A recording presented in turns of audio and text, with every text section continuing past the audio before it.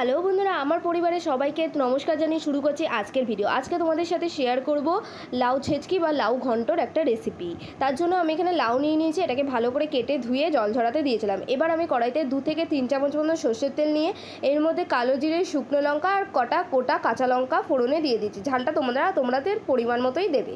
এবার আমি এর মধ্যে দিয়ে দেবো আমার আগে থেকে কেটে রাখা লাউ দিয়ে এবার ওপর থেকে আমি এর মধ্যে দিয়ে দিচ্ছি একটু পরিমাণ মতন হলুদ গুঁড়ো, স্বাদ মতন লবণ আর টেস্টটাকে ব্যালেন্স করার জন্য একটু চিনি। এবার আমি সমস্ত জিনিসগুলোকে লাউয়ের সাথে ভালো করে মিক্স করে নিতে হবে। যেহেতু লাউ থেকে নিজস্ব পরিমাণ অনেকটাই জল বেরোবে, সেই জন্য এই রান্নায় কিন্তু এক্সট্রা কোনো জল ইউজ করতে হবে না। ভালো করে এই জলটাকেই শুকিয়ে নিতে হবে, যতক্ষণ না শুকায় ততক্ষণ ভালো করে নাড়িয়ে যেতে হবে। গ্যাসটাকে লো ফ্লেমে রেখে ভালো করে নাড়বে যাতে তলা লেগে না যায়। দেখো আমার রান্না তো অলরেডি রেডি।